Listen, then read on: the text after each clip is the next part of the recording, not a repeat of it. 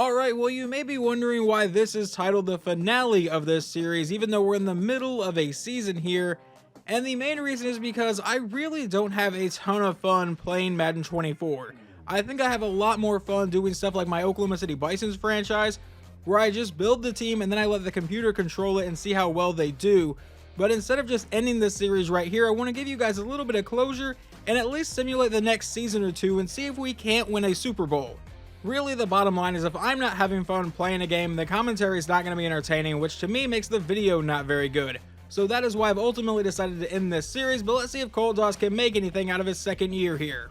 You can see right now he has 1,100 yards, 13 touchdowns, and only 3 interceptions, so let's jump to the end of the season and see how good that is. Well, he ends up having a pretty solid year, throwing for 3,800 yards, 29 touchdowns, and 8 interceptions. On the ground, Breece Hall ran for 1,600 yards and 14 scores, and receiving, Garrett Wilson got 10 touchdowns, PJ Gabriel came away with 6, and Rondale Moore came away with 7. And we end up winning the division at 11-6. We get the Miami Dolphins in the wildcard round of the playoffs. And it looks like we will get to jump in here with 2:06 to go. We are down by 2, and we come out in shotgun. We'll take the snap, and we're going to dump this one off underneath, and that one will be caught and knocked out of our tight end's hands. Now a 2nd and 10. Doss back in shotgun. We'll take the snap and throw this one over the middle. That'll be caught by Rondale Moore, and that'll turn into a 3rd and 1 as we hit the 2-minute warning. Now a minute 57 to play. Out of a 5-wide set, the quick throw will be caught by the tight end, and he holds on to it this time. Now back in a 5-wide set again. Doss will take the snap, and we'll throw this one underneath. That one's caught by PJ Gabriel, and he will have the first down for the Jets to the 45. Running a no-huddle offense here, only 1 timeout remaining. Once again out of a 5-wide set. Once again, we'll throw it underneath for PJ Gabriel, but this time he can't make the catch. 2nd and 10. Now Doss back in shotgun. We'll take the snap and looks to pass again, and we'll throw this one underneath, but it's not going to get there. 3rd down.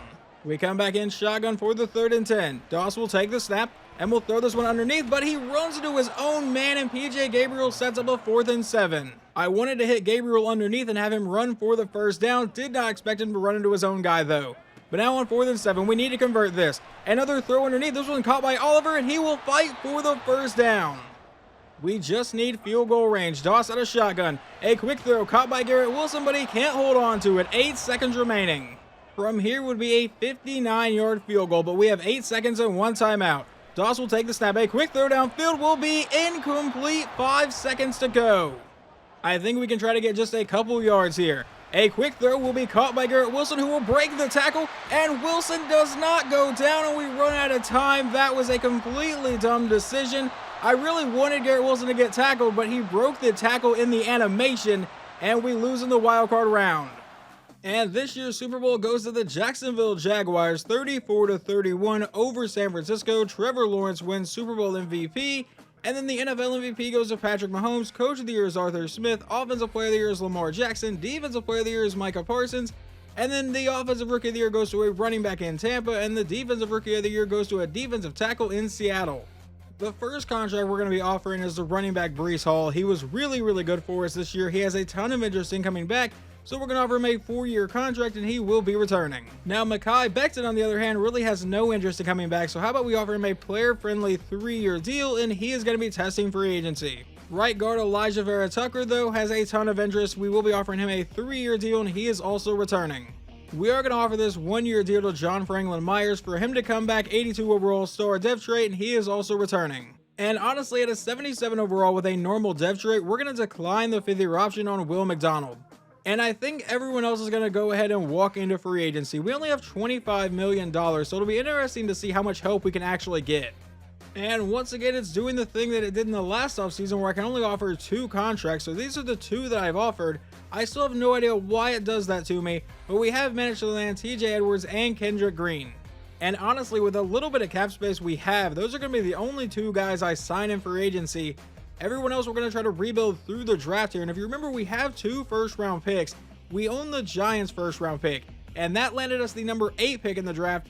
And then we have the number 22 pick in the draft, where we are mocked a running back. That is definitely not happening. And I believe this was a guy that was actually mocked to us, but we're going to take right tackle Antonio Peoples here with the 8th overall pick out of Oregon State.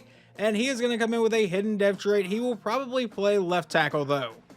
And then with our second first round pick here at pick 22, we're going to take center Donnie McConnell out of Oklahoma. He will probably end up playing guard here, but McConnell will come in with a hidden depth trait.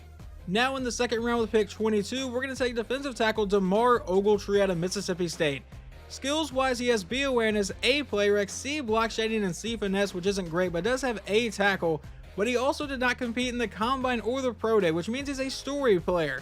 I don't know what that story is, but I'm going to hope that he's a hidden depth trait, and Ogletree will be a hidden depth trait for us. And there was no one here in this draft that I'm absolutely in love with in the third round, so we're going to trade it to Minnesota and pick up a third and a fourth rounder for the next draft.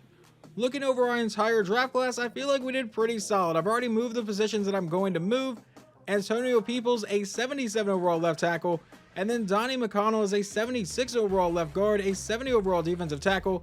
Then we got a 69 overall corner, a 70 overall receiver, a 67 overall safety, and a 70 overall running back. And we actually did pretty solid. It looks like Peoples is tied for second place in highest overalls. The highest rated player was a defensive back that went in the late second round. Well, we are now ready to simulate season 3 of quarterback Colt Doss's career. He is up to an 80 overall. He holds on to his superstar dev trait as well. Well, this season, Colt Doss goes for 3,900 yards, 27 touchdowns, and 12 interceptions. On the ground, Breece Hall goes for 1,300 yards and 12 scores. Receiving, we had two 1,000-yard receivers between Garrett Wilson and Rondale Moore, but not a whole lot of touchdowns. PJ Gabriel came out with 6 along with Garrett Wilson. And this season ends up with a pretty down year. We go 8-9 and completely miss the playoffs. This year's Super Bowl goes to the Atlanta Falcons, defeating the Raiders 34-17, led by Super Bowl MVP defensive end DeMarcus Lawrence. Well, this offseason we are working with a lot more cap space, but we have to re-sign Sauce Gardner. Let's try a 5-year offer and he will be returning. Then we also have the 5th-year option on defensive back Darren Cooper. We will be accepting that one. And Garrett Wilson doesn't have a lot of interest in coming back here, which we obviously want him back, so we'll offer him a player-friendly deal. Will he be returning? No, he won't. He's going to go test free agency. That is a big loss for us. However, PJ Gabriel does want to come back. We'll offer him the very player-friendly deal, and he will be returning. The next one up was defensive end Jermaine Johnson. We gave him a 3-year contract. The next player to come back is defensive end John Franklin Myers. Well, there are definitely a few players here that I don't want to lose, but we're going to end up losing because they did not want to re-sign on their contracts. And that would be free safety Geno Stone, center Joe Tippmann, and wide receiver Garrett Wilson. And of course, for some reason in free agency, I still already have 3 active negotiations, even though there is nobody here. I don't know why the game is doing that. It makes rebuilding this team a little bit harder though. Here are the 4 players that I signed this year in free agency. We had to offer Garrett Wilson a monster contract, but he has decided to return. We signed safety Malik Hooker, we signed middle linebacker Kenneth Murray, and we signed tight end Luke Schoonmaker. I'm going to warn you guys right now, generally when I draft tight ends, it is not a very good decision, but tight end Caleb Peoples has A catch in traffic, A catching, he has elite speed and elite acceleration, and he has a medium route. We're going to go ahead and take Caleb Peoples here with our first round pick, and of course he's a normal depth trait. Like I said, I can't draft tight ends. Now in the second round, we're going to take a risk on center Billy Shepard. I don't know his awareness, but I know he has A impact block, B pass block, A lead block. Yeah, we're going to go ahead and take him. He has good strength. Billy Shepard, welcome to the Jets, and you are a hidden depth trait. Well, I didn't control much of that draft. I only made the first 2 picks, but we got a 76 overall tight end and a 72 overall center, and then a 68 overall defensive end, a 66 overall middle linebacker, but a 72 overall receiver, a 71 overall corner, and then a 66 overall defensive end, a 65 overall tackle, and a 67 overall tackle. Before we kick off the season, I am going to make a trade. We're going to trade our first round pick for middle linebacker Devin White and a handful of draft picks in Tampa Bay.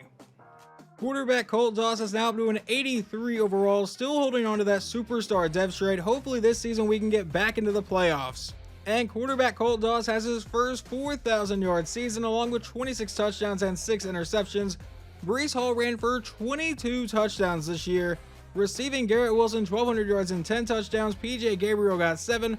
Rondale Moore caught 4. And our rookie tight end caught 2. And we do manage to make it back to the playoffs. They finished this year 12-5, and we get to take on the 12-5 Cincinnati Bengals in the wildcard round.